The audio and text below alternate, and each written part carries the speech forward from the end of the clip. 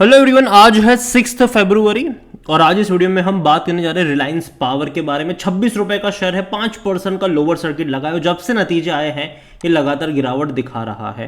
पिछले 2 दिनों से लगातार यहां पर 5% के लोअर सर्किट लगते हुए नजर हमें आए हैं और ऐसा नहीं है कि गिरावट आई तब मैं बात कर रहा हूँ। अगर आप चैनल को रेगुलर फॉलो करते हो तो जब भी आपको मिल रहा था ना तेजी पर 30 रुपए से ऊपर 32 के करीब, तब भी मैंने वीडियो बनाकर कहा था कि देखो यहां पर फंडामेंटल्स उतने अच्छे नहीं हैं, जो तेजी आ रही है उसकी कोई वजह नहीं है।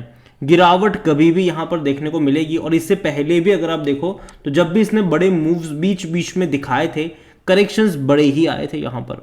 तो इस बार भी करेक्शन एक्सपेक्टेड रहेंगे। हालांकि ऑलरेडी 32 रुपए से 26 पर तो ये आ ही चुका है।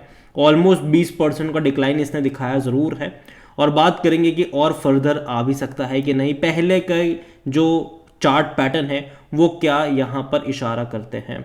देखिए, वीडियो को शुरू करें उससे पहले अगर आपने अभी तक चैनल को सब्सक्राइब नहीं किया है तो प्लीज़ अभी इसे सब्सक्राइब कर लीजिए, क्योंकि आगे भी बहुत सारे वीडियोस हैं जो आपको काफ़ी ज़्यादा हेल्प करेंगे। तो यहाँ पर रिलायंस पावर अगर आप देखोगे तो पिछले 5 साल में 140% का ग्रोथ ज़रूर है। आप देखो, इसने तेज़ी जब भी दिखाई है, जैसे कि इससे पहले जब 15-16 पे गया था तो गिरकर ये आया था 10 रुपए पर। तो देखा जाए तो ऑलमोस्ट अगर नज़र करें तो गिरावट इसने 30 से 40% की दिखाई थी। वापस तेजी दिखाने की कोशिश करी, वापस गिरकर नीचे आया था ये और फिर एक बड़ी रफ्तार आई, फिर एक बहुत बड़ा करेक्शन बना था और काफ़ी बेहतरीन तेज़ी दिखाई इसे 2023 में। लेकिन अब अगर बात करें इस साल की 2024 की तो गिरावट से ही इसकी शुरुआत हुई है और इस बार यहाँ पर नंबर्स काफ़ी ख़राब रहे। अगर हम वैल्यूएशन के बारे में भी देखें तो भैया नेगेटिव में इसका पी है, क्योंकि कंपनी प्रॉफिटेबल है ही नहीं। इस बार फाइनेंशियल्स अगर आप देखोगे तो बहुत ज़्यादा खराब रहे, क्योंकि रेवेन्यू में ग्रोथ तो नहीं लेकिन लॉस में बहुत बड़ा इजाफा हो गया। इससे पहले भी लॉस हुआ ही करते थे, 300-250 करोड़ के आसपास से क्वार्टरली लॉस इसको हो रहे थे इससे पहले। लेकिन इस बार नुकसान कुछ ज़्यादा ही हो गया, 1136 करोड़ का लॉस हो गया। और ये मैंने पहले भी कहा था रिजल्ट्स आने से पहले कि देखो नतीजे अच्छे नहीं आने वाले हैं, गिरावट एक्सपेक्टेड रहेगी यहाँ पर। और हालांकि मैंने इतने भी बुरे जो रिजल्ट्स की उम्मीद नहीं करी थी। मुझे लगता है कि तकरीबन 300 के आसपास होगा लॉस, लेकिन कुछ ज़्यादा ही लॉस हो गया। और यही वजह है कि 2 दिनों से रिजल्ट्स आने के बाद लगातार 5% का लोअर सर्किट लग रहा है। लोग बेचना भी चाह रहे हैं तो बेच नहीं पा रहे हैं यहाँ पर।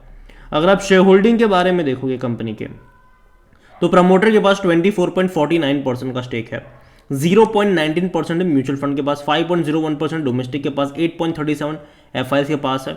यहाँ पर देखो तो रिटेल और अदर की क्वांटिटी ज़्यादा है, 61.94% है उनके पास, जिनमें से रिटेल इन्वेस्टर 26.30% पर है। अदर पार्टीज 35.64% का स्टेक लेकर बैठे हैं। और आपको बता दें कि इस अदर पार्टीज में कई सारे ऑपरेटर छुपे हैं। जहाँ तक बात करें Anil Ambani group of companies की, तो भाई साहब देखो ऑपरेटर के निशाने पर ये पहले से रहे हैं। चाहे इनकी आरकॉम हो, चाहे इनकी रिलायंस नेवल हो, चाहे इनकी रिलायंस पावर भी क्यों ना हो, या फिर चाहे इनकी रिलायंस कैपिटल भी क्यों ना हो, ऑपरेटर के निशाने पर ये हर बार रहे हैं और हर बार गिरावट आई है। यहाँ पर देखो एक चीज़ जो मैं पहले से लेकर अब तक कई बार बोल चुका हूँ वो ये है कि पावर सेक्टर की अगर आप बात करोगे ना, तो जो पावर कंपनीज है, ठीक है, जो बड़ी पावर कंपनीज है, चाहे वो टाटा की बात कर लो, अदानी की बात कर लो, चाहे सरकारी कंपनियों की भी बात क्यों ना कर लो, पिछले 2 सालों में ना उनके रेवेन्यू में बहुत बड़ी तेजी आई है, डबल हो चुका है उनका रेवेन्यू। लेकिन यहाँ पर रिलायंस पावर में वो चीज़ नहीं आ रही है। इनके रेवेन्यू पहले जितने थे आज भी उतने ही हैं, 2021 में जितने रेवेन्यू थे आज भी उतने ही रेवेन्यू है। जबकि अगर आप टाटा से कंपेयर करोगे, अदानी से कंपेयर करोगे तो डबल हुए हैं इनके रेवेन्यू, क्योंकि बिजलियों के दाम बढ़े हैं। सरकार भाई साहब आज से 2 साल पहले जिस प्राइस पे बिजली खरीद रही थी आज उससे डबल प्राइस से बिजली खरीद रही है। तो रेवेन्यू बढ़ रहे हैं बाकी बड़ी कंपनियों के, इतना ही नहीं उनके मार्जिन भी बढ़ रहे हैं, प्रॉफिट भी काफ़ी अच्छे बढ़ रहे हैं। लेकिन यहाँ पर वो चीज़ नहीं देखने को मिल रही है और यही सबसे बड़ा पिन पॉइंट है मेरे हिसाब से कि कंपनी लगातार लॉस में तो है ही, लेकिन कंपनी का रेवेन्यू भी नहीं बढ़ रहा है और डिमांड जबकि बाज़ारों में बढ़ रही है। अगर आप इनकी वेबसाइट पे चले जाओगे तो इनके कई सारे इनके प्लांट्स वगैरह है, पावर प्रोजेक्ट्स वगैरह आपको यहाँ पर देखने को मिल जाएंगे। चाहे इनके कोल बेस्ड पावर प्लांट की बात करें, गैस बेस्ड पावर प्लांट की बात करें, या फिर रिन्यूएबल्स की भी बात कर लो आप, यहाँ पर कई सारे ऑपरेशनल्स भी है। अगर आप यहाँ पर देखोगे तो जो ग्रीन्स में है वो ऑपरेशंस है, यहाँ पर अंडर डेवलपमेंट में भी कई सारे हैं, और प्रोजेक्ट अंडर कंस्ट्रक्शन में भी है। यहाँ पर ये सिर्फ कोल की बात हो रही है। यहाँ पर अगर बात करी जाए गैस बेस्ड प्रोजेक्ट भी अगर आप देखोगे यहाँ पर तो इनके है, ठीक है, गैस बेस्ड प्रोजेक्ट भी है इनके, लेकिन जहाँ तक बात करें तो दोनों ही अंडर कंस्ट्रक्शन में है, दोनों ही अंडर कंस्ट्रक्शन में है। अगर बात करी जाए इसके सोलार पावर प्रोजेक्ट की अगर हम बात करें तो सोलार पावर प्रोजेक्ट में एक राजस्थान में है जो कि ऑपरेशनल्स है इनका 125 मेगावाट का, दूसरा यहाँ पर राजस्थान में ही है वो 40 मेगावाट का है। जो सोलर का भी है इनका ऑपरेशनल्स है यहाँ पर, लेकिन बहुत छोटे छोटे यूनिट्स इनके देखने को मिल रहे हैं। देखिए ओवरऑल अगर बात करें जो हमें रिलायंस पावर को लेकर, तो फंडामेंटली कंपनी उतनी ज़्यादा स्ट्रांग नहीं है, नंबर्स उतने ज़्यादा अच्छे नहीं आ रहे, ऑपरेटर के निशानों पर है ये कंपनी, और जब भी तेज़ी इसने बहुत बड़ी दिखाई है भाई साहब ये 20-22% पे रुका नहीं है, ये 40% लेके गया है गिरावट में। तो यहाँ पर एक्सपेक्टेशन मेरी उस तरीके से ही है कि यहाँ से गिरावट एक्सपेक्टेड रहेगी, और अगर यहाँ से और फर्दर 20% का डिक्लाइन दिखाता है तब जाके ये थोड़ा सा अट्रैक्टिव हो सकता है, तब जाके यहाँ पर बाइंग वापस से लौट कर आ सकती है। अगेन मैं कह दूँ लॉन्ग टर्म के लिहाज से एक्चुअली मैं इसको कंपनी को प्रीफर नहीं करता हूँ, क्योंकि पावर सेक्टर में अगर मुझे किसी कंपनी को चुनना पड़ेगा तो मैं टाटा पावर को चूज़ करना ज़्यादा पसंद करूँगा इसके मुकाबले।